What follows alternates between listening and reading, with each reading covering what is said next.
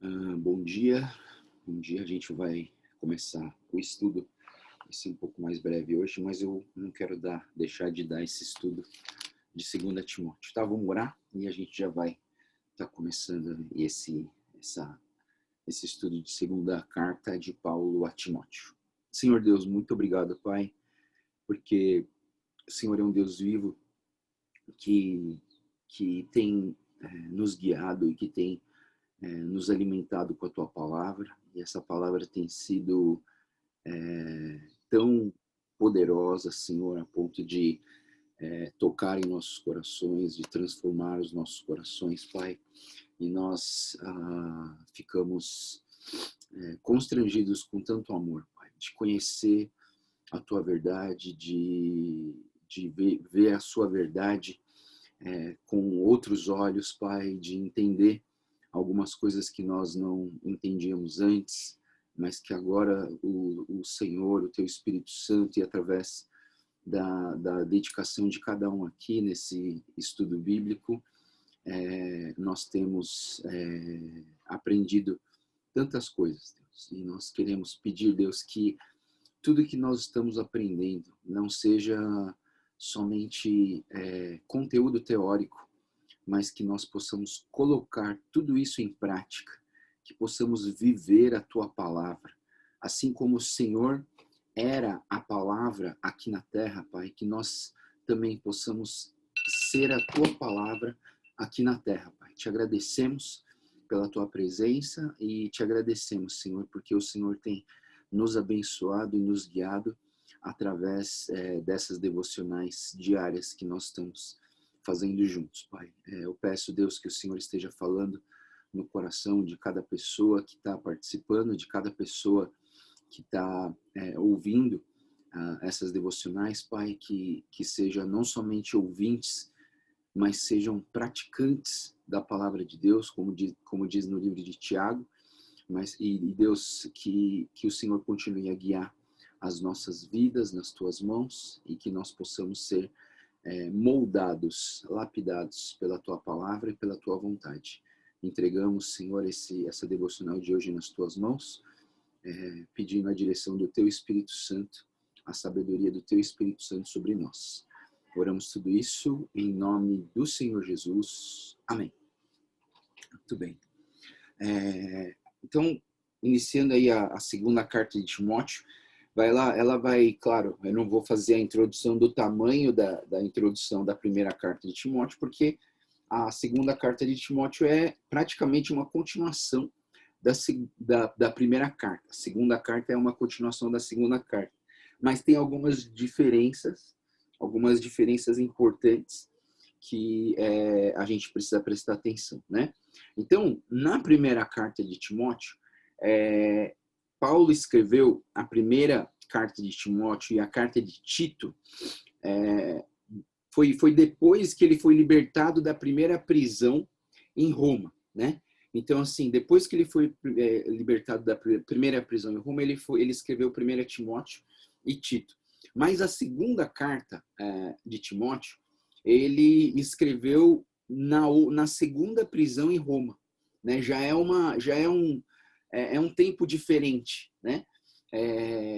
A primeira carta, Paulo estava livre, Paulo tinha acabado de sair da prisão, então ele fala sobre as perseguições, ele fala sobre o cativeiro, o sofrimento, mas agora ele não está livre, ele não está falando das provações e da perseguição que ele sofreu, ele não está falando disso no passado, ele está falando agora no presente.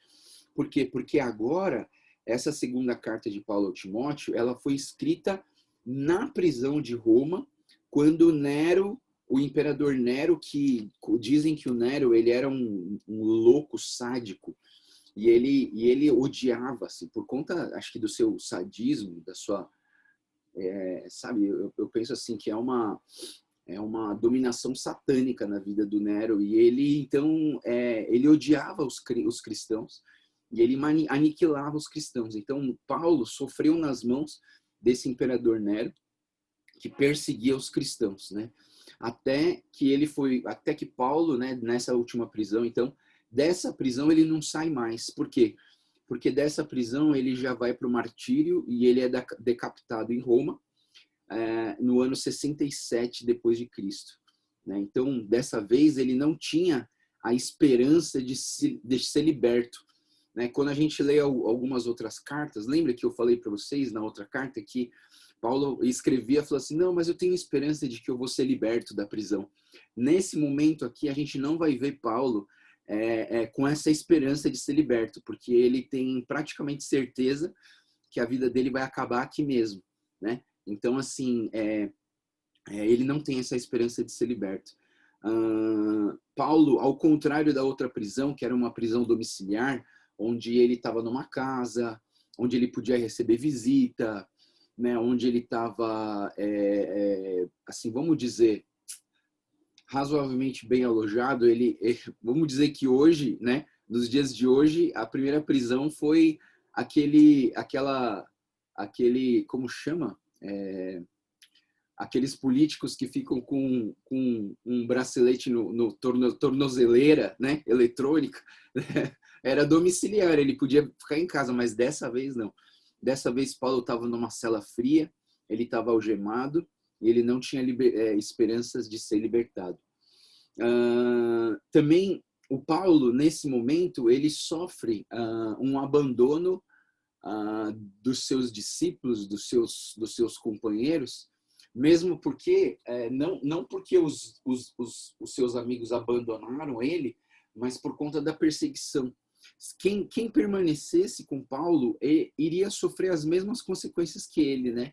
Então, assim, as pessoas tiveram que se afastar de Paulo para poder continuar pregando o evangelho, né? Então, assim, Paulo se sentiu abandonado nesse sentido, né? Nesse sentido de que ele precisava estar sozinho para que outros não sofressem a mesma perseguição que ele estava sofrendo.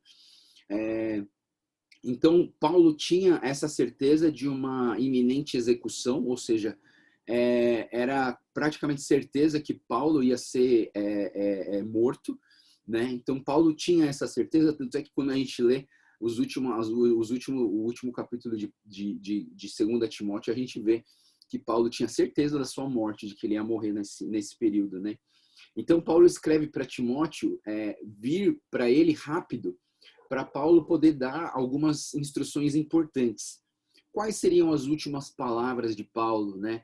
E aí tem aqui uma lista de 6 coisas que Paulo, dentro dessa carta, trouxe como 6 últimas palavras importantes que Paulo tinha para Timóteo, né? Sempre que você tem uma pessoa que já sabe quando que vai morrer, as últimas palavras devem ser bastante importantes, né?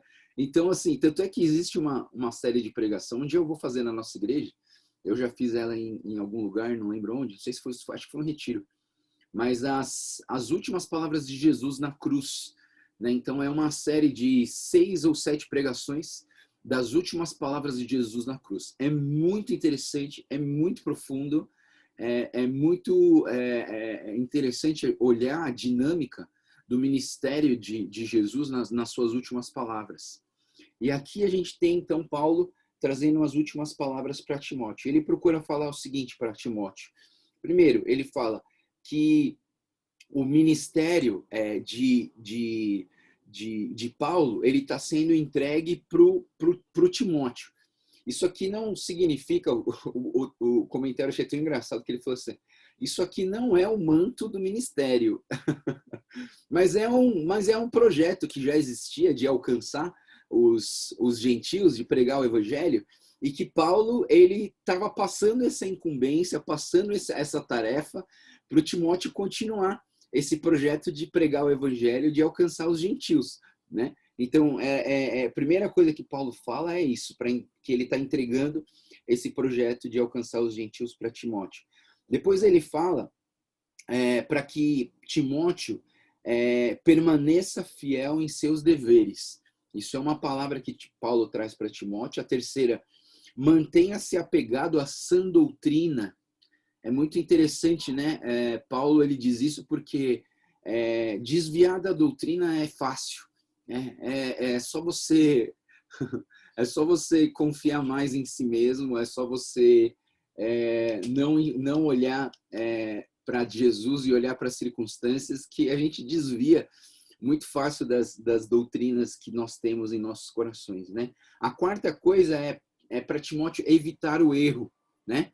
Então, assim, de uma certa forma, assim como Paulo tinha um zelo por Timóteo, então Paulo fala para Timóteo, evite o erro. Isso está no capítulo 2, 15 a 18. Depois ele fala, a quinta coisa que Paulo fala para Timóteo é aceite a perseguição por conta do evangelho, né? Então, assim, eu olho nas cartas de Paulo e vejo que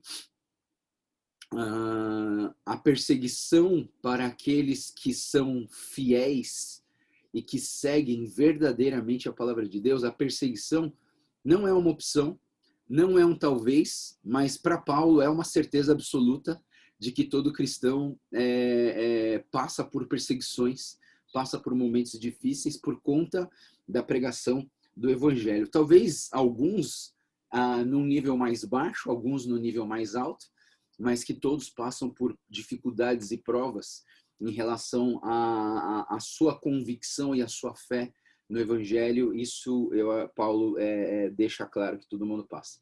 E a última coisa que Paulo fala aqui, das últimas palavras dele, seria de confiar nas Escrituras e pregar as Escrituras, que está no capítulo 3, de 15 a 45, né? Que fala, na verdade, nem é 45, porque nem tem nenhum capítulo com 45 versículos aqui. É do capítulo 15 até o 25. Não, nem tem 25. Até o 16. Eu botei esse número errado, né? Mas o capítulo 3, ele fala muito sobre pregação. E na pregação ele vai trazer essa importância de confiar nas escrituras e de pregar a palavra, tá? Os temas históricos e teológicos aqui em Paulo, Paulo, ele temia muito, então é muito importante a gente pensar nisso, né? Por conta das perseguições, muitas pessoas desistem do evangelho, né? As pessoas falam assim, não, isso aqui tá muito difícil. Não, isso aqui não é para mim, né? Então, assim, tem muita gente que desiste do evangelho por conta das dificuldades. Ou pessoas desistem do evangelho porque colocam as dificuldades como uma causa, né? Não, eu não quero mais Jesus porque ele não me salvou, ele não me ajuda aqui, ele não colocou, não salvou a pessoa que eu estava orando, então eu não quero mais. Então, assim, ou seja, as dificuldades muitas vezes fazem a gente perder a nossa fé. E aí eu penso que Paulo estava preocupado com Timóteo por ver toda essa perseguição de Paulo e ele vacilar na fé, né? Então, Paulo, ele diz duas coisas importantes para Timóteo, dois temas importantes. Primeiro, fortifica-se na verdade, fortifica-se na graça. Essa força é algo que a gente precisa entender, né? Essa força que Deus traz para nós, eu acho que é algo que a gente precisa entender nas nossas vidas e precisa aprender a encontrar essa força do Senhor em nossas vidas, né? Muitas vezes a gente precisa dessa força, a gente não sabe de onde encontrar, né? Então, assim, quando Paulo fala lá em Coríntios, porque a tua graça me basta e o poder se aperfeiçoa na fraqueza, Paulo está dando uma dica para a gente de como encontrar essa força no Senhor nas nossas vidas. Bom, outro tema que Paulo traz com esse temor do Timóteo em desviar do caminho do Senhor seria continue a pregar a palavra. E aí é interessante, né, pessoal? Paulo está preocupado que o Timóteo enfraqueça a sua fé. A dica de Paulo é continue a pregar a palavra. Por quê? Porque quando você prega, presta atenção no que eu estou falando, quando você prega, a palavra de Deus, ela atinge a pessoa que está ouvindo, mas ela também atinge a pessoa que está falando. E eu acho que é por isso que a palavra de Deus é chamada de uma espada de dois gumes. Que é uma espada de dois gumes, ela corta dos dois lados. Ela corta tanto em cima como embaixo, né? Então, assim, eu penso assim, né, que a palavra de Deus, ela afeta não só quem fala, ou quem ouve, mas ela afeta também quem fala, né? Então, assim, eu penso que a gente precisa entender que um dos conselhos, então, assim, eu penso, né, Um bom conselho para você manter firme na palavra de Deus é: continue pregando a palavra de Deus. É interessante, né? Porque quando você prega, todo mundo que já foi professor de escola dominical sabe do que eu estou falando. Quando a gente prepara uma aula, os professores são os que mais aprendem, né? Nós somos os que mais aprendem. Quando a gente prepara uma aula, um estudo bíblico, uma devocional na INC, quando nós preparamos uma aula, quem prepara é o que mais aprende. E aí passa o seu conhecimento para as outras pessoas, mas elas vão absorver aí 20%, 30% do que você falou, mas você adquiriu assim 70%, 80% daquilo que você preparou. Então, eu acho que é uma boa instrução de Paulo para você não desviar do caminho do Senhor, não desviar das doutrinas, continue pregando a palavra de Deus. Aqui no livro de 2 Timóteo, a gente tem poucos elogios de Paulo para Timóteo, né? Não é que nem Tessalonicenses, que está cheio de elogios, mas aqui não tem muitos elogios, mas existem aqui 25 imperativos, ou seja, sabe aquelas palavras onde o verbo tá na concordância do imperativo, quando fala assim, pregai, glorificai, tudo são verbos no imperativo onde Paulo está dando uma direção direta, real e ativa para a vida de Timóteo, né? Timóteo conhecia bem a doutrina, então Paulo não faz muitas referências das doutrinas, mas ele faz conexões das doutrinas com o que o Paulo quer falar para Timóteo. Então Paulo vai falar sobre a salvação da graça, a pessoa de Cristo, a perseverança, a inspiração nas escrituras, né? Aqui tem o texto, um dos textos mais importantes da inspiração nas escrituras, né? 2 Timóteo, capítulo 3, 16 e 17, é um versículo que precisa decorar, né? Toda a escritura é inspirada por Deus, apta para exortar. Então, assim, é uma palavra muito importante que a gente vai ver. Vamos lá, então. A gente vai entrar no esboço. O esboço da carta de Paulo a Timóteo é dividido em 6 partes. Primeiro é a saudação do capítulo 1, versículo 1 a 5. Depois ele fala tudo sobre o cristão, a perseverança do cristão, do capítulo 1 inteiro. Terceira parte, os padrões do cristão, que é o capítulo 2 inteiro. Depois, a quarta parte, ele vai falar sobre os riscos e as dificuldades do cristão, que é o capítulo 3. E aí ele termina falando sobre a quinta parte da pregação, o conteúdo da pregação do cristão, o que o cristão precisa lembrar para que ele possa pregar o evangelho. E em sexto lugar fica os comentários finais, que Paulo fala sobre o seu triunfo e as necessidades, e termina com as saudações finais, tá? Então esse é o esboço geral da carta de Paulo. Vamos lá, a gente vai começar então com a saudação. E ele começa saudando Timóteo na segunda carta, dizendo assim: Paulo, apóstolo de Cristo Jesus, pela vontade de Deus, segundo a promessa da vida que está em Jesus, a Timóteo, meu amado filho, graça, misericórdia e paz da parte de Deus Pai e de Cristo Jesus, nosso Senhor. Uma coisa interessante que aqui na saudação, Paulo inclui entre a graça e a paz a palavra misericórdia. Eu acho interessante isso, né? Porque um dos conteúdos dessa carta de Timóteo é que Timóteo não enfraqueça a sua fé por conta das perseguições. E o que seria, e o que a gente precisa quando nós enfraquecemos a nossa fé? O que nós precisamos quando nós nos desviamos dos caminhos do Senhor, quando nós estávamos firmes nele? Nós precisamos da misericórdia de Deus, porque Deus precisa ter misericórdia de nós para que nós possamos voltar para os caminhos do Senhor. Então, todas as pessoas que você conhece e que estão desviadas do caminho do Senhor e que abandonaram os caminhos do Senhor, elas precisam reentender a graça, reentender a paz que Deus dá, mas principalmente elas precisam da misericórdia de Deus para que elas voltem para o caminho do Senhor. E eu penso, né, que é por isso que Paulo coloca a misericórdia no meio da graça, da paz. Aí então,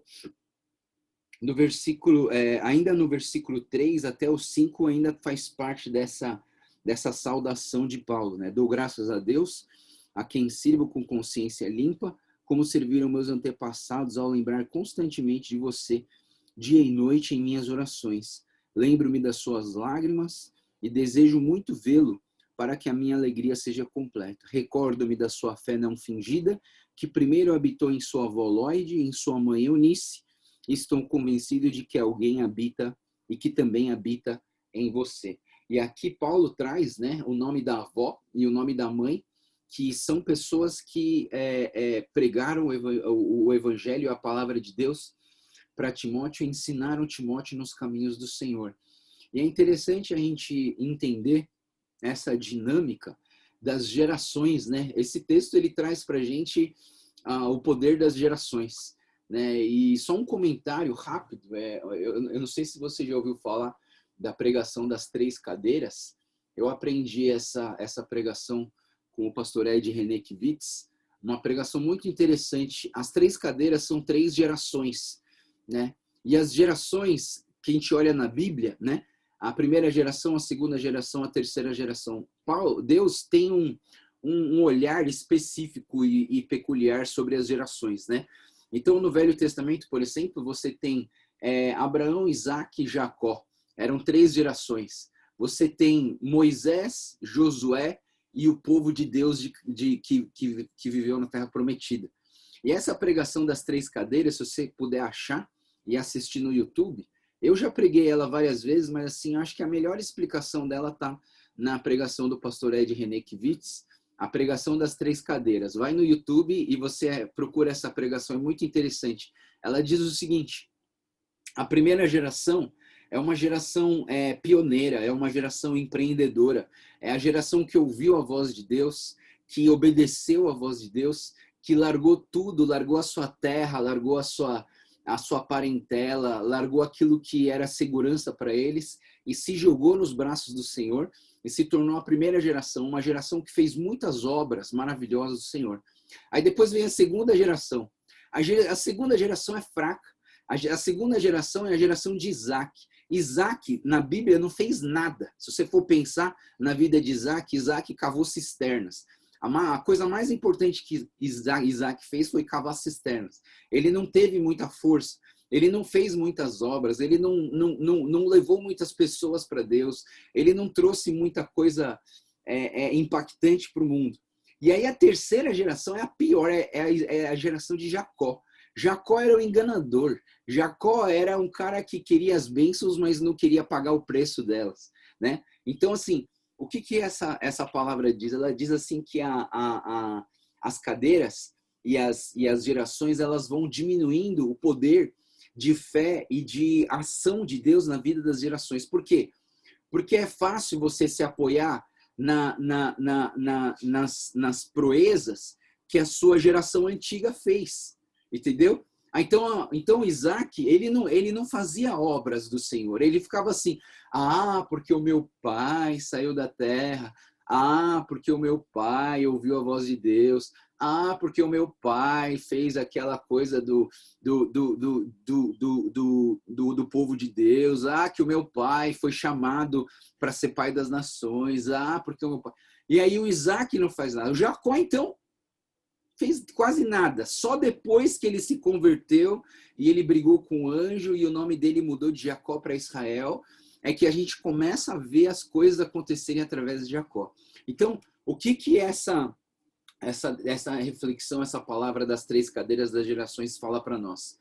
Ela fala o seguinte: pessoal, vocês não podem ser a segunda e a terceira geração. Vocês têm que ser sempre a primeira geração. Porque a primeira geração é a geração pioneira. A primeira geração é a geração que ouve a Deus. É a geração que pratica a palavra de Deus. É a geração que tem fé. É a geração que vai atrás do objetivo e do propósito de Deus aqui na Terra. Paulo era a primeira geração. Timóteo é a segunda geração. Mas Paulo está falando para Timóteo: Timóteo, eu não quero que você seja uma segunda, uma terceira geração. Eu quero que você seja a primeira geração. E eu lembro que o dia que eu aprendi isso, eu fui falar com meu primo Teófilo, e eu falei com alguns outros primos meus, Hayashis, e eu falei para eles assim: pessoal, eu queria dar um alerta para vocês. Eu sei que o nosso avô fez muita coisa, que os nossos pais fizeram muitas coisas, mas eu queria que a gente pudesse colocar no nosso coração que nós não somos a terceira geração, nós não somos a segunda geração, nós somos a primeira geração. E a partir de nós, a obra do Senhor vai ser realizada. A partir de nós, Deus vai falar conosco, nós vamos obedecer, nós vamos ouvir a palavra de Deus e nós vamos proclamar o evangelho do Senhor Jesus com poder, como se nós fôssemos a primeira geração. Nós não vamos nos apoiar nas bênçãos do passado, nós vamos ver as bênçãos do presente. E aí, meus primos, eu lembro que a gente clamou ao Senhor e a gente tinha tudo 15, 16 anos. E a gente orou e falou, vamos ser a primeira geração. E depois, mais velho, eu voltei a falar com meus primos e eu falei assim, agora vamos criar os nossos filhos como eles também como primeira geração. Não vamos chamar os nossos filhos de a segunda geração, vamos chamar eles de a primeira geração, né? Então eu estou dizendo tudo isso por quê? Porque Timóteo, ele era a segunda geração de ministros em relação a Paulo, e ele era a terceira geração de seguidores de Deus através da sua avó Lloyd e através da sua mãe Eunice. Então eu acho importante a gente tocar nesse assunto e a gente não ficar... É claro, ninguém aqui vai depreciar o passado. Eu tenho a maior honra de falar dos meus avós, eu tenho a maior honra de falar das coisas que os meus tios e meu pai fizeram na geração deles. Eu não vou desonrar as gerações passadas. O que eu não quero é me apoiar nas bênçãos do passado. Eu quero viver as bênçãos do presente. Eu quero ser um instrumento de Deus hoje. E não alguém que vai ficar simplesmente falando das coisas do passado e ficar baseando nas bênçãos do passado. Eu quero ver as bênçãos hoje. Eu quero ver as pessoas se converterem hoje. Eu quero ver a igreja crescer hoje. E não ficar falando, que há 86 anos atrás a igreja crescia. Não. Eu quero ver hoje a igreja crescendo. Então, por isso que eu vejo que Paulo, ele trabalha essa questão geracional, ele dá valor para o geracional, mas ao mesmo tempo Paulo incentiva a Timóteo a não ser um apoiador das bênçãos de Paulo, mas ser aquele que produz, aquele que vivencia a manifestação da graça, um instrumento poderoso nas mãos de Deus e que alcança muitas pessoas para o reino de Deus. Do versículo 6 até o versículo 11, então Paulo traz uma exortação para Paulo. E é muito, muito importante o que ele fala no versículo 6. Ele fala assim, por esta razão torno a lembrar-lhe que mantenha viva a chama do dom de Deus que está em você mediante a imposição das minhas mãos. Então a primeira coisa que Paulo fala é que Paulo orou muito pela vida de Timóteo, ou seja, quando Paulo fala sobre a intercessão das minhas mãos, Paulo está falando que Paulo orava pela vida de Timóteo, Paulo orava por ele, não é que Paulo transferiu com a mão poderosa dele as coisas que ele tinha para Timóteo, não. Paulo colocava Timóteo na presença de Deus, Paulo orava pela vida de Timóteo, Paulo investia na vida de Timóteo. Você sabe que quando você põe a mão em alguém para orar, você sabe o que significa isso? Tem gente que fala assim, eu ponho a minha mão nessa pessoa para orar, para transferir o poder que eu tenho para outra pessoa. Tá errado. Você não transfere nada. A única coisa que você tem na sua vida é pecado. Tudo que você tem de bom veio de Deus, você entende? Você não pode transferir nada. Então, pastor, por que eu ponho a minha mão nas pessoas para orar? Eu vou te falar por quê. Porque colocar a mão na pessoa para orar significa que você está servindo a esta pessoa através da sua oração, que foi inspirada e guiada por Deus para pedir a bênção do Senhor sobre aquela vida.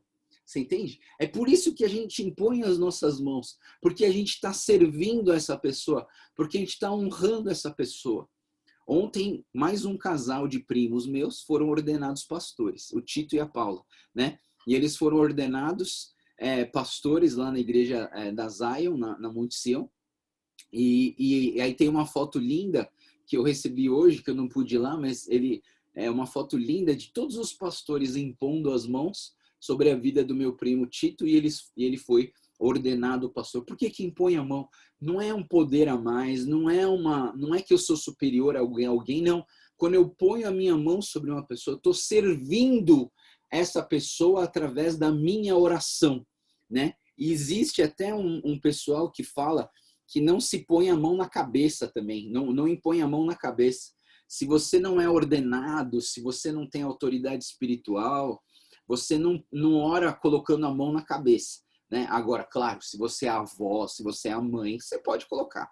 Mas dentro da igreja, né? A gente, quem não é ordenado pela igreja como autoridade, não põe a mão na cabeça. Mas isso aí, pessoal, isso aí varia. Algumas pessoas acreditam que é, algumas pessoas não acreditam que é, né? O que é a verdade é, quando eu ponho a minha mão para orar para alguém, é porque eu estou servindo a esta pessoa, tá? Isso não tem erro. Quando eu ponho a mão na pessoa, então Paulo impôs as mãos sobre a vida de Timóteo, e Paulo fala assim, olha, mantenha acesa a chama do dom que Deus te deu. E é interessante, né, pessoal, que a nossa vida, ela às vezes é que nem uma vela, né? A nossa vela está acesa e de repente ela começa a apagar, ela começa a ficar fraquinha, ela começa a querer sumir, aí de repente ela acende de novo. Você já viu aquela velinha de bolo de aniversário que nunca apaga? Você assopra, aí ela acende. Você assopra, aí ela acende. Eu acho que a nossa fé deveria ser que nem aquela velinha de bolo de aniversário, né? Que por mais que as pessoas tentem apagar essa chama sempre acende, né? Então eu acho interessante a gente ter esse chamado de Deus para as nossas vidas. Mantenha viva a chama do dom de Deus na sua vida. E que dom é esse, pessoal? É o dom da salvação, na é verdade? Não estamos falando aqui de dom de línguas, não estamos falando aqui de dom de profecias, nós estamos falando aqui do dom da salvação, né? Porque Efésios capítulo 2:8 diz o quê? Pela graça sois salvos, mediante a fé. Isso não vem de vós para que ninguém se glorie, né? Então a salvação, ela vem pela fé, ela vem pela graça, é um dom de Deus. Então esse dom que Paulo está falando é o dom da salvação. E aí Paulo, ele continua no versículo 7 com instruções importantíssimas. Ele fala assim, pois Deus não nos deu espírito de covardia, mas de poder, amor e equilíbrio, né? Então ele coloca aqui 3 coisas importantes na vida do cristão: poder, amor e equilíbrio. Já falei para vocês do poder. O poder não é o poder de sair raio pela sua mão, não é o poder de ficar rico, não é o poder de ter cargos importantes na sociedade, mas é o poder de vencer, a superar as dificuldades e as perseguições, e o poder de testemunhar a palavra de Deus e as pessoas ouvirem a voz de Deus. Esse é o poder. Lembra quando eu falei em Tessalonicenses? Quando o evangelho chegou em Tessalonicenses, ele veio com poder, com o Espírito Santo e com as convicções, né? Então, assim, essas 3 coisas afetaram os tessalonicenses de tal maneira que em 3 semanas já existia uma igreja lá, né? É interessante a gente ver essa dinâmica, né? E Paulo está falando sempre desse poder. Segunda coisa que Paulo fala para Timóteo é sobre o amor. E o amor, quando ele fala desse amor, ele está falando de 2 coisas. Aliás, 3, mas basicamente 2. Primeiro, ame a Deus com toda a sua força, com toda a sua alma, com todo o seu entendimento, né? Com todo o seu coração. E segundo, ame o seu próximo. E terceira, ame o seu próximo mais do que a você mesmo. Então, basicamente são 2, mas no fundo são 3, né? Então, assim, ame o seu próximo mais do que você ama a você mesmo, né? Então, assim, é importante a gente olhar isso, e a base do amor, o mandamento de Deus é esse: de amar a Deus sobre todas as coisas e de amar o próximo como a nós mesmos. E a terceira palavra que Paulo traz aqui, para mim, é essencial. Eu acho que é essencial. Essa palavra equilíbrio é uma palavra assim que deveria fazer mais parte da nossa vida cristã. Às vezes eu olho para os cristãos e penso assim, ou o cara é exageradamente crente, assim, de flutuar nas nuvens, de conversar com as pessoas só em profecias, de orar para comer na hora do almoço em línguas. Você entende, pessoal? Às vezes as pessoas são tão exageradas, né? Ou a pessoa é extremamente fria, né? Então, eu vou orar só no momento certo. Quando eu orar, eu vou mudar a minha voz, né? Ó Deus eterno, né? Não, não precisa, né? Também ser assim, totalmente frio, né? Mas também não precisa ser exagerado. Eu acho que essa palavra equilíbrio é algo que a humanidade tem dificuldade de vivenciar e de trabalhar na sua vida cristã. A gente precisava de ter mais equilíbrio em tudo, né? Equilíbrio é você ter hora para estudar, é você ter hora para brincar, é você ter hora para fazer ginástica, é você ter hora para se divertir, é ter hora para você orar pelas pessoas. E aí eu penso que o equilíbrio tem a ver com uma mente disciplinada. O equilíbrio tem a ver com o domínio próprio. O equilíbrio tem a ver com as prioridades ordenadas nas nossas vidas. Você é uma pessoa equilibrada quando você tem uma mente disciplinada, você é uma pessoa equilibrada quando você tem domínio próprio, você é uma pessoa equilibrada quando você vive as prioridades na sua vida, tá? Versículo 8, ele vai falar para a gente não nos envergonhar do evangelho, que é testemunho de Deus, e não se envergonhe de mim também. Paulo está falando para Timóteo, não se envergonhe de mim porque eu estou sofrendo pelo evangelho, né? Porque a gente sabe das outras cartas que Paulo ele temia que as pessoas, ao ver ele sofrendo a perseguição, as pessoas achassem que ele está assim porque ele fez alguma coisa de errado para Deus, ele fez algo de errado, por isso que ele está passando por essa situação ruim, né? Então eu vejo que Paulo ele tem esse cuidado de falar para Timóteo não se envergonhar dele mesmo, tá? Licença só um pouquinho.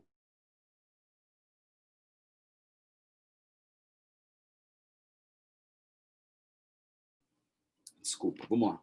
Então, o versículo 9 ele vai falar sobre o poder de Deus, né?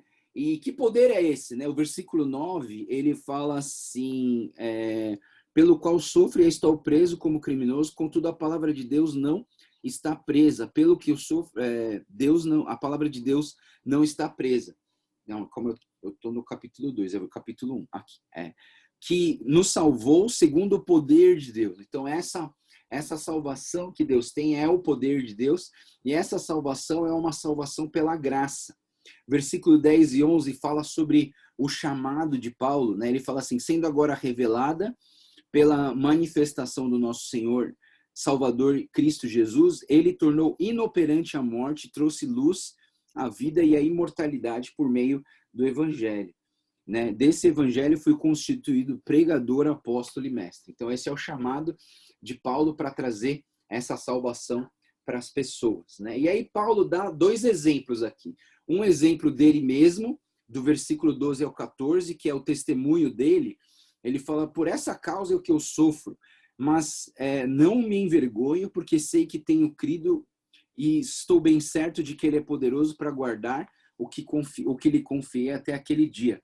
Né? Nossa, eu dei uma viajada. Né? Pregador e apóstolo, por essa causa também sofro, mas não me envergonho, porque sei em quem tenho crido e estou certo de que ele é poderoso para guardar o que lhe confiei até aquele dia. Então, até aqui a gente vê, retenha com fé e amor em Cristo Jesus o modelo da sã doutrina que você ouviu de mim. Quando lhe foi confiado, guarde-o por meio do Espírito Santo que habita em nós. Então, ele está falando, né, que ele está dando um exemplo dele mesmo.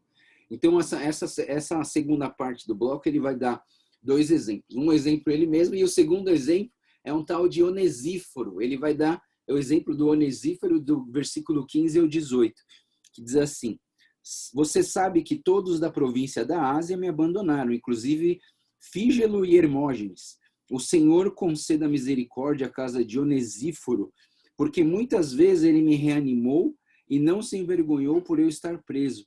Ao contrário, quando chegou a Roma, procurou-me diligentemente até me encontrar, e conceda-lhe o Senhor que naquele dia encontre misericórdia da parte do Senhor. Você sabe muito bem quantos serviços ele prestou a Éfeso. Ou seja, esse Onesíforo foi uma pessoa que animou a Paulo na dificuldade, que procurou a Paulo quando ele estava preso e que prestou muitos serviços à igreja de Éfeso. Né? Então, Paulo traz o Onesíforo como com um exemplo de vida cristã. A terceira parte do livro, então, é o segundo capítulo do livro, vai falar sobre os padrões de um cristão. Os primeiros 2 versículos, então, Paulo fala que o cristão é aquele que encontra força no Senhor. Ele diz o quê? Portanto, você, meu filho, fortifique-se na graça que há em Cristo Jesus, e as palavras que me ouviu dizer na presença de muitas testemunhas, confie-as a homens que sejam também capazes de ensinar outros. Suporte comigo meus sofrimentos como bom soldado de Cristo Jesus. Nenhum soldado se deixa envolver pelos negócios dessa vida. Então, calma aí, passei, né? Versículo 1 e 2, ele traz essa ideia de que o bom cristão, o cristão verdadeiro, ele se fortifica na graça. Ele encontra razão na fraqueza. Você entende, pessoal? Na nossa fraqueza, a gente entende a razão da nossa fraqueza, que na fraqueza o poder de Deus se aperfeiçoa. E ele fala, renove o compromisso que você tem em servir no ministério. Ou seja, eu penso que todas as manhãs, assim como as misericórdias de Deus se renovam a cada manhã, nós também renovamos o nosso compromisso em viver com Deus. Nós renovamos o nosso compromisso em viver para a glória de Deus. Então, quando a gente acorda, a gente deveria orar e falar assim, Deus, obrigado por ter me dado vida e obrigado por ter me dado mais uma oportunidade de viver o ministério da proclamação e da manifestação da tua graça através da minha vida, né? Então, essa deveria ser nossa oração matinal todos os dias. Aí aqui, dentro dos padrões de um cristão, ele traz alguns exemplos, né? O exemplo do soldado, do atleta, do lavrador, o exemplo de Jesus Cristo, o exemplo de um obreiro aprovado e o exemplo de um utensílio. Vamos ver cada um deles. Primeiro ele fala o exemplo do soldado, né? E o soldado, ele diz o seguinte, suporte comigo meus sofrimentos como bom soldado de Jesus. Nenhum soldado se deixa envolver com o negócio da vida civil, já que deseja agradar aquele que o alistou. Então, primeiro ele vai falar sobre o soldado, porque o soldado, ele é uma pessoa que quando ele está servindo no exército, quando ele está numa guerra, ele precisa esquecer de tudo, não é verdade? A gente sempre, quando assiste filme de soldado, a gente vê o soldado pegando a foto da esposa, né? Olhando para a foto da esposa, tal assim. Mas, na verdade, quando um camarada está lá na guerra, ele não tem muito tempo para ficar pensando nessas coisas, porque ele tem que sobreviver. Ele tem que lutar pela pátria, né? Ele está ali lutando pela pátria. Então, toda vez que Paulo fala sobre o soldado, ele está falando assim, olha, não se envolva com as coisas da vida civil, mas realmente mergulhe no projeto da obra de Deus, para que você concentre naquilo que Deus está colocando na sua vida, né? Então, por exemplo, eu lembro que quando eu conheci a Débora numa viagem missionária que ela fez lá para o Amazonas, né? Mas eu me sentia mal em pensar em alguma coisa com ela, porque eu estava em missão. Eu falei, eu estou em missão, eu não estou aqui para ficar procurando gente para casar. Eu estou aqui em missão, então eu não posso ficar pensando nisso. Então, até dar o tempo de descanso, eu não pensei em nada em relação a isso. Mesmo estando com ela ali do lado, eu lembro que eu nem olhei direito para ela, nem sabia que ela estava lá direito, mas eu estava lá servindo e fazendo missão e proclamando o evangelho.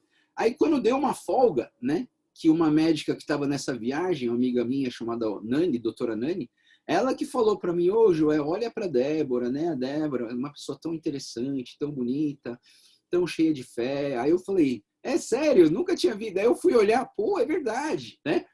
E aí eu conheci a Débora lá no Amazonas e depois de 14 dias que eu vi ela, eu já pedi ela em casamento, né? Depois de 14 dias eu já pedi ela em casamento. Então, assim, foi um negócio bem rápido e graças a Deus que deu certo, né? Não é para todo mundo que dá certo essas loucuras, não, né? Mas tudo bem. Então, assim, o soldado, ele precisa cumprir com a sua missão.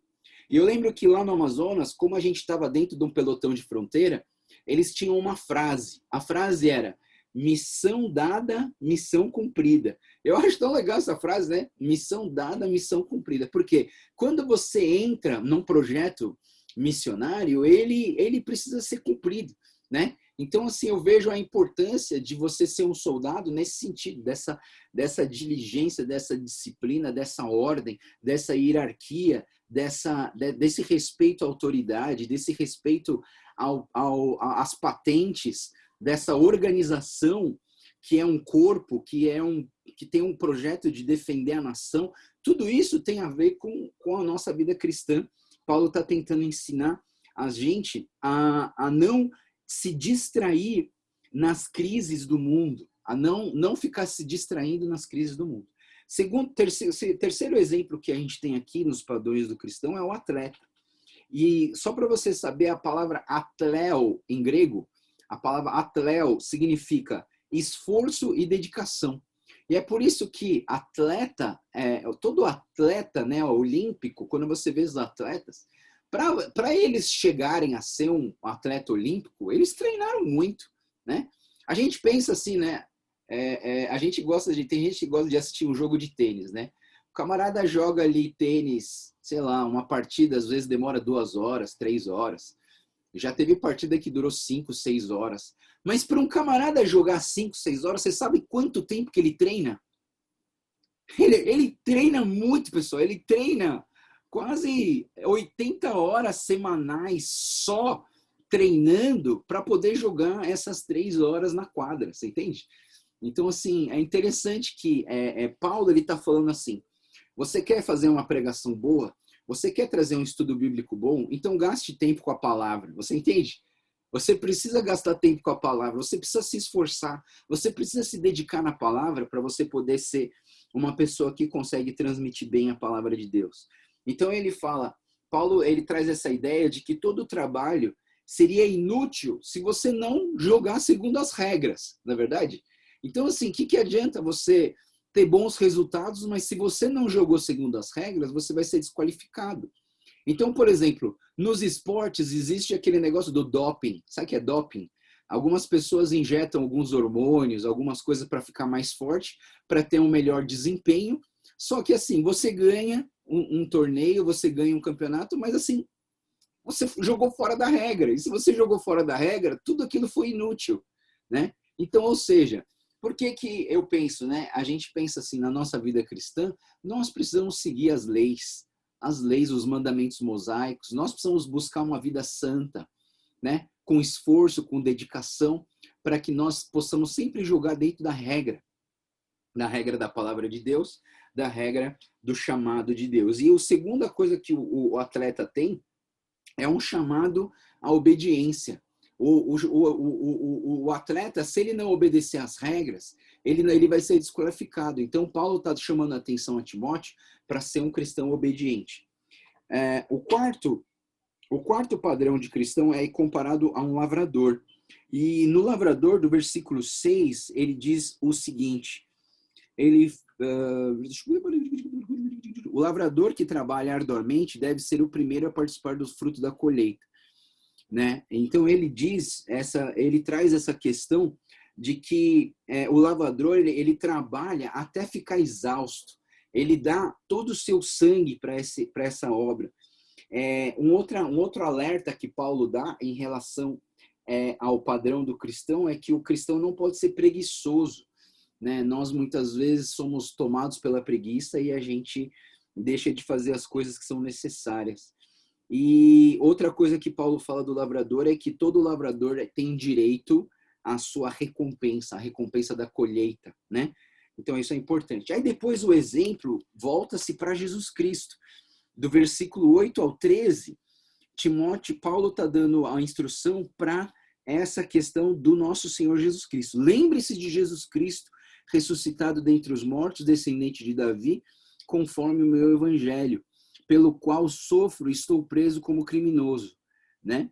E aí ele diz, eu acho importante a gente pensar, o versículo 9, ele fala que está sofrendo e preso, mas a palavra não está presa, né? Eu preguei esse versículo aqui na pandemia, que diz o seguinte, né? Que a gente pode estar preso em casa, no lockdown, mas a palavra de Deus não está presa. Então nós podemos proclamar o evangelho de diversas maneiras, pelo WhatsApp, por um telefone, pela internet, de alguma maneira a gente pode pregar o evangelho, a gente pode falar de Deus para as pessoas, Não é desculpa você falar, ah, não, é porque eu estou preso, então aqui em casa, então eu não posso sair para pregar o evangelho. Não, na verdade isso é uma desculpa esfarrapada. Por quê? Porque você pode, Paulo falou, eu estou preso, mas a palavra de Deus não está presa, né? Nós precisamos deixar isso bem claro. Versículo 10, ele fala que tudo isso que eu suporto pelos eleitos, eu suporto para que as pessoas alcancem a salvação.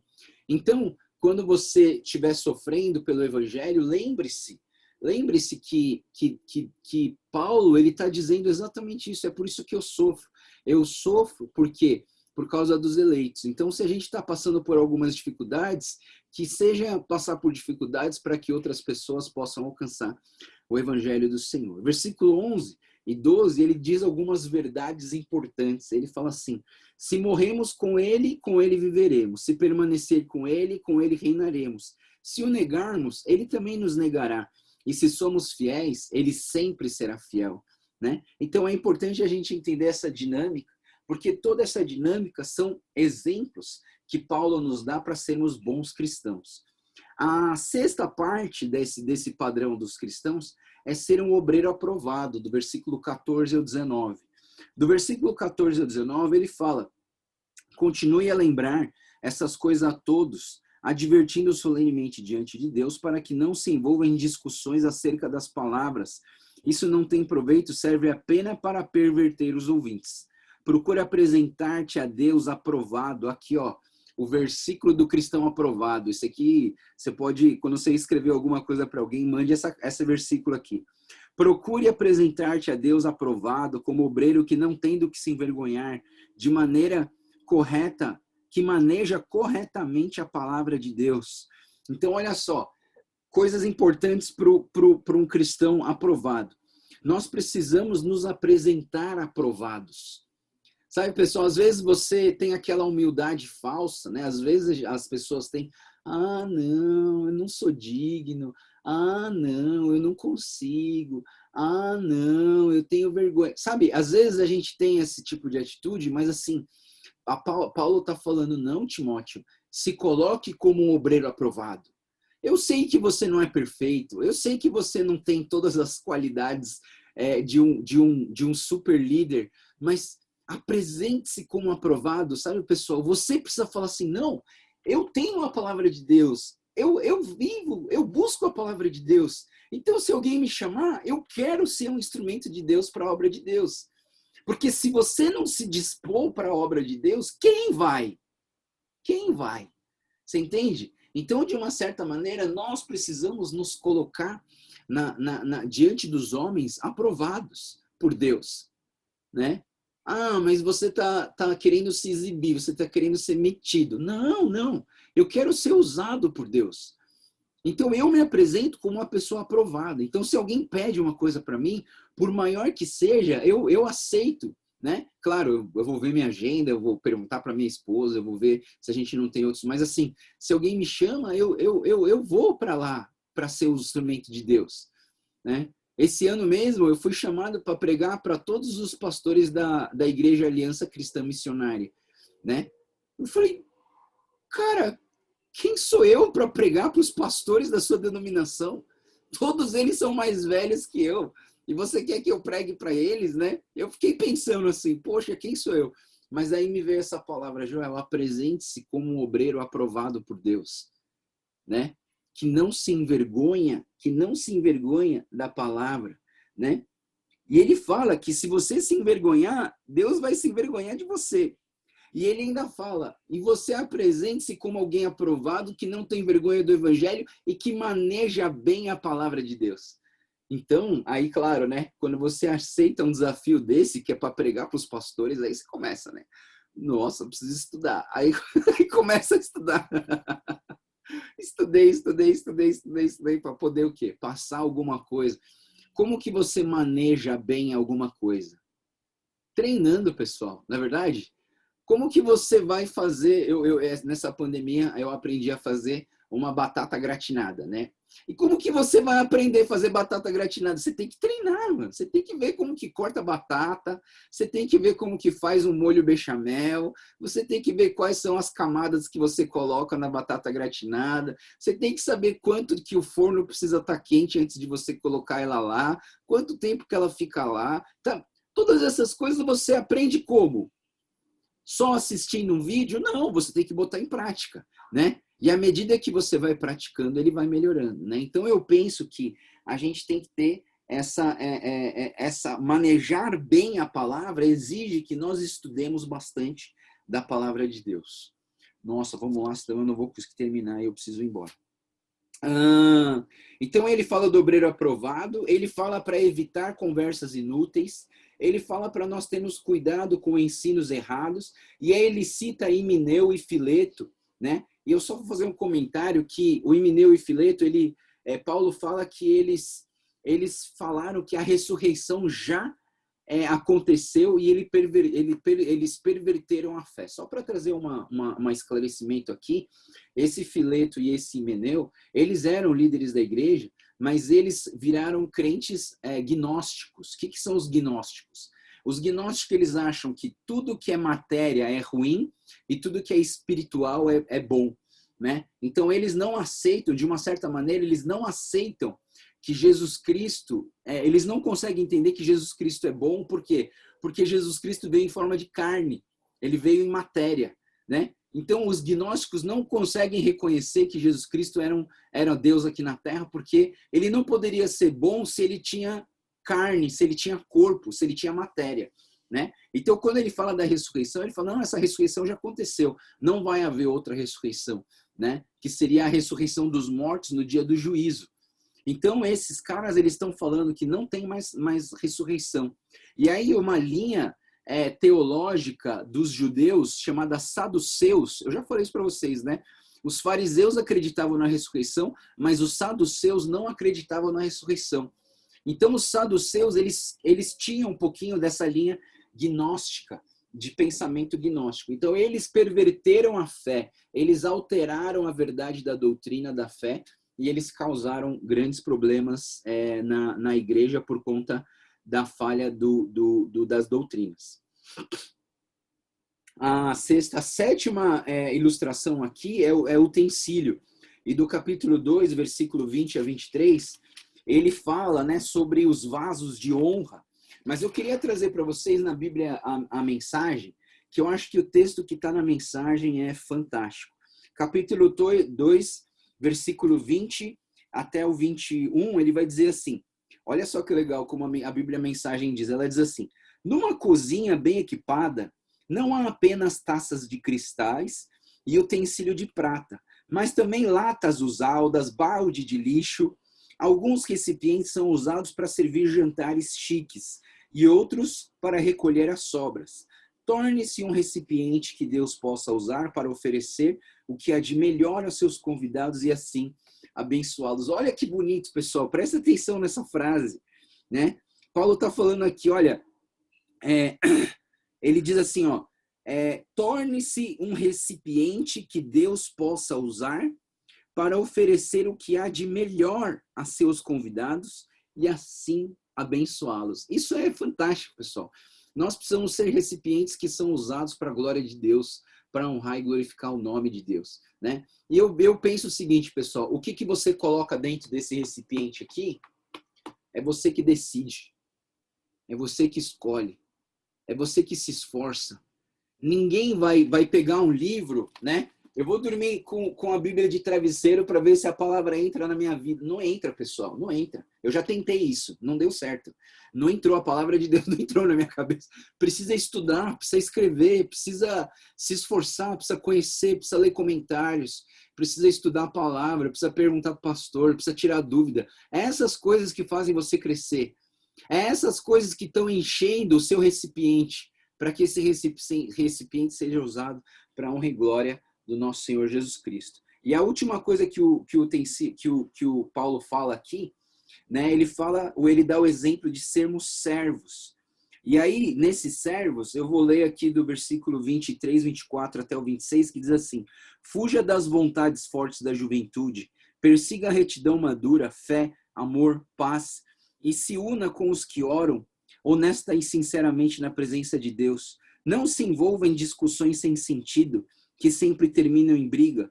O servo de Deus não deve ser brigão, mas um ouvinte gentil, um professor calmo, que é firme e também paciente com os mais rebeldes.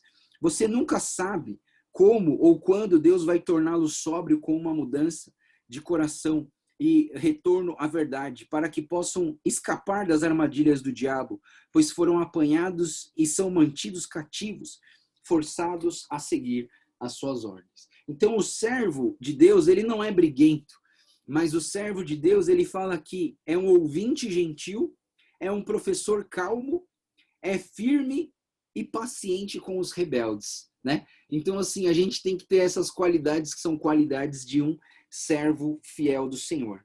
A quarta parte do livro é o capítulo 3, que ele vai falar sobre os riscos e sobre as dificuldades do cristão. Primeiro ele fala que o cristão ele vai enfrentar apostasias. E o que é apostasia? Já falei para vocês. Apostasia é o abandono da fé. Muitas pessoas vão abandonar a fé, né? E nós precisamos ter esse cuidado de não nos enveredar, não estar muito conectados ou associados com esse tipo de gente.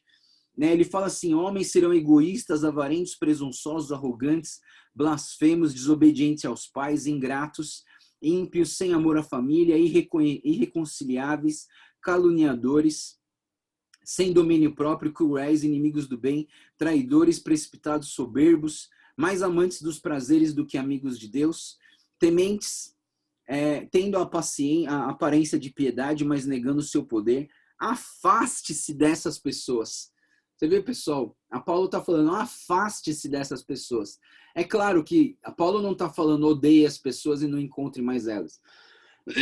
Eu acho que não, a gente precisa estar evangelizando esse tipo de gente, não é verdade? Então, se nós precisamos evangelizar eles, a gente precisa estar com eles.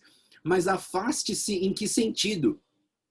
Afaste-se deles quando vocês precisarem, para associações, né? Não queiram fazer sociedade com esse tipo de gente, porque esse tipo de gente não vai te trazer coisa boa.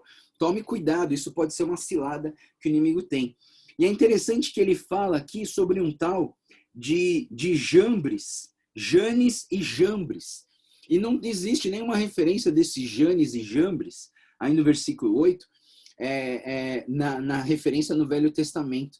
Mas aí o comentário diz que esses Janes e os Jambres, eles eram mágicos do Egito, na época de Moisés, que se converteram para o judaísmo, prosélitos judaizantes, que começaram a seguir ao povo de Deus junto com Moisés. Só que eles se vestiam de prosélitos, de pessoas que seguiam a lei de Moisés, mas no fundo eles ainda eram adoradores dos bezerros de ouro.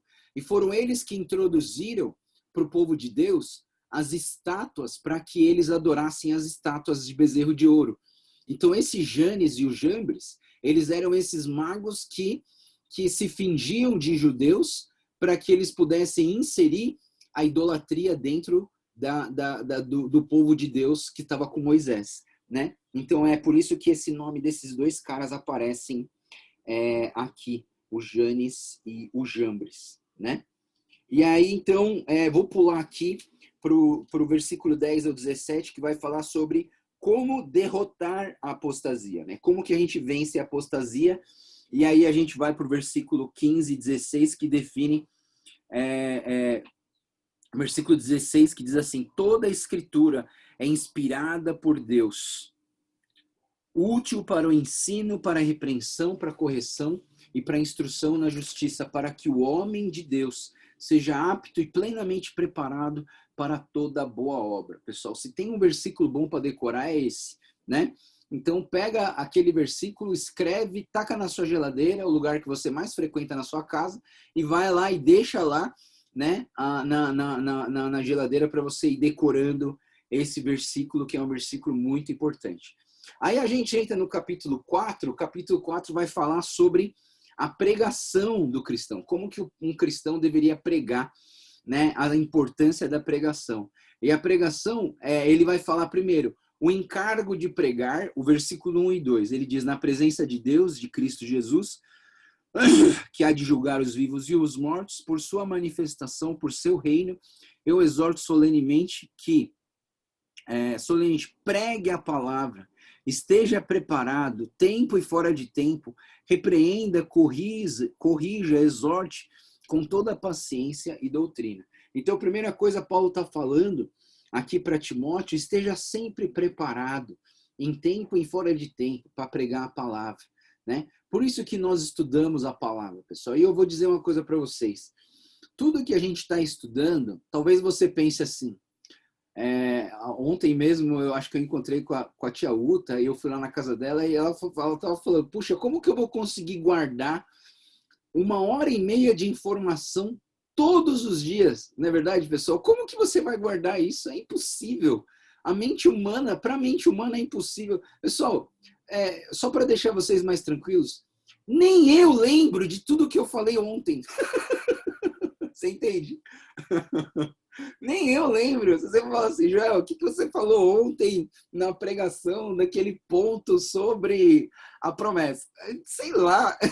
Eu tenho que olhar nas minhas anotações de novo. Porque é muita coisa. Mas eu entendo o seguinte, tudo que a gente estuda está sendo armazenado num arquivo dentro do nosso cérebro. Sabe? Lá no computador não tem um arquivo onde você vai colocando aquelas coisas que você gosta, tal, e você vai colocando lá.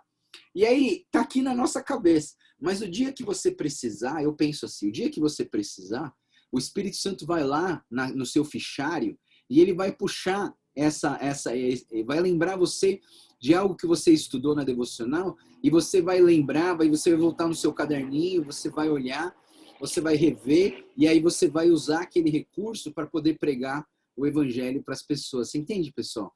Então, tudo que a gente estuda não é inútil, mas está sendo armazenado na nossa cabeça. Então, esteja sempre preparado, pessoal. A gente nunca sabe quando que a gente vai pregar o evangelho, né? Então, a gente tem que estar sempre preparado, né? De repente, a gente vai pregar o evangelho, você está na rua, você está na feira, você está no mercado, de repente vai surgir uma oportunidade para você pregar o evangelho. Esteja sempre preparado, né? Claro, você não precisa sair de casa com 5 Bíblias na sua mão para ir para a feira, né? Poxa, você já tem tanta coisa para carregar, você vai carregar 5 Bíblias na sua mão? Não, né? Mas esteja preparado. Se alguém precisar de uma palavra, solta uma palavra, faz uma oração, traz uma palavra de esperança, traz a palavra da salvação para essa pessoa. É importante a gente estar sempre preparado, né? Então, a palavra de Deus, ela repreende, ela corrige, ela exorta com paciência, baseado aonde? Na doutrina, na palavra de Deus, nas verdades absolutas de Deus. Segunda coisa no capítulo 4 é a necessidade da pregação.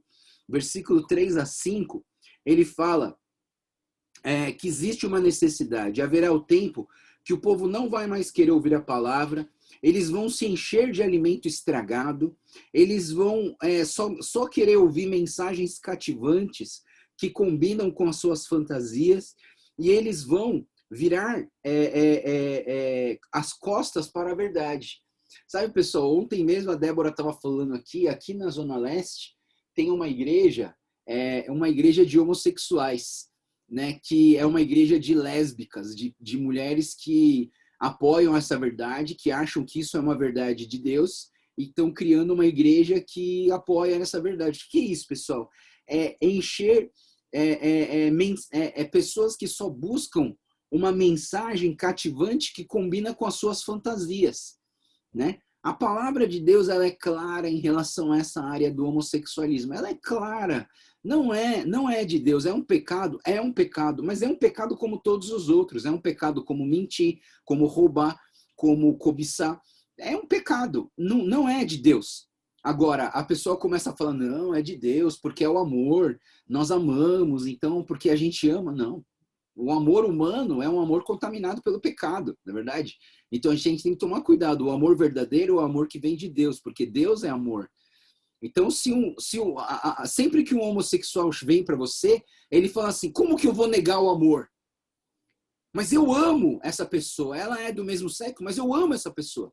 Tá bom, mas nem tudo que você ama, esse amor que a humanidade tem é um amor contaminado pelo pecado. Então, se você tem que seguir o amor verdadeiro. Onde está o amor verdadeiro? O amor verdadeiro é Deus. Lá em 1 João diz o quê?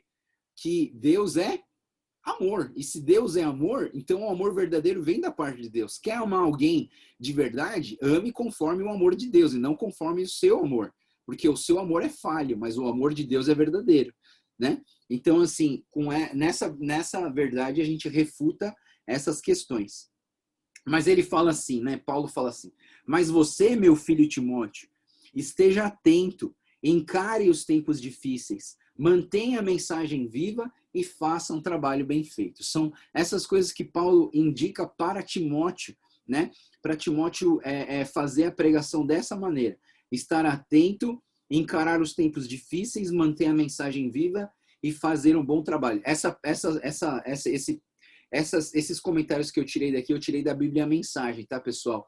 Eu acho que 2 Timóteo, para você entender melhor, o capítulo 4, leia na Mensagem que ela tá bem clara, tá bem legal de você entender.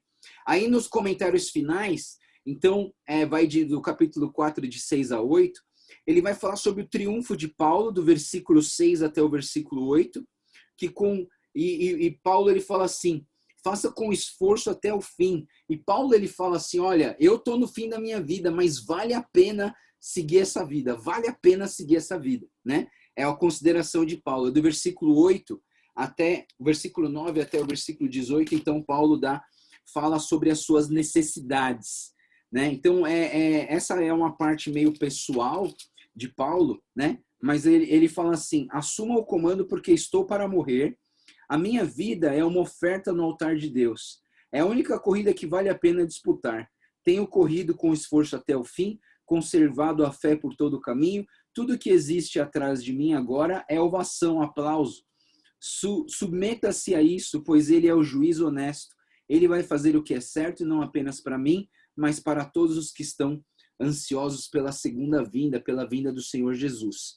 Venha para cá o mais rápido que puder. Demas, atrás de novidades, foi para Tessalônica e me deixou aqui. Crescente está a província da Galácia.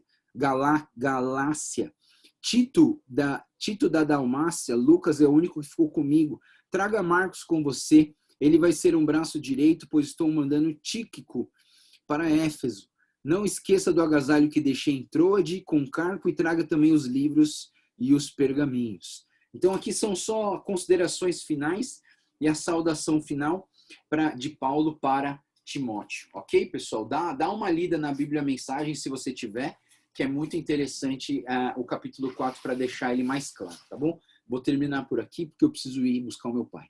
Senhor Deus, muito obrigado, Deus, pela tua palavra. Obrigado porque o Senhor é um Deus vivo que fala nos nossos corações e queremos ser transformados, Pai. Que a tua palavra transforme o nosso coração, que nós possamos ser a manifestação da tua glória aqui na terra. Queremos ser o bom soldado, um lavrador que espera a colheita, um atleta que se esforça e que se dedica. Nós queremos ser a cópia de Jesus aqui na terra. Nós queremos ser utensílios que honram e glorificam o teu nome.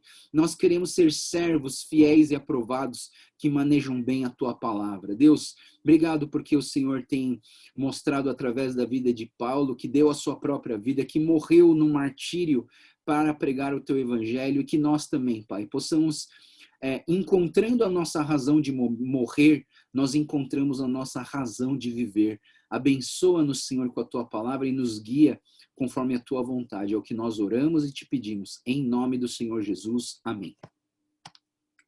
Amém, pessoal. Deus abençoe. Tenha uma ótima semana. A gente se vê na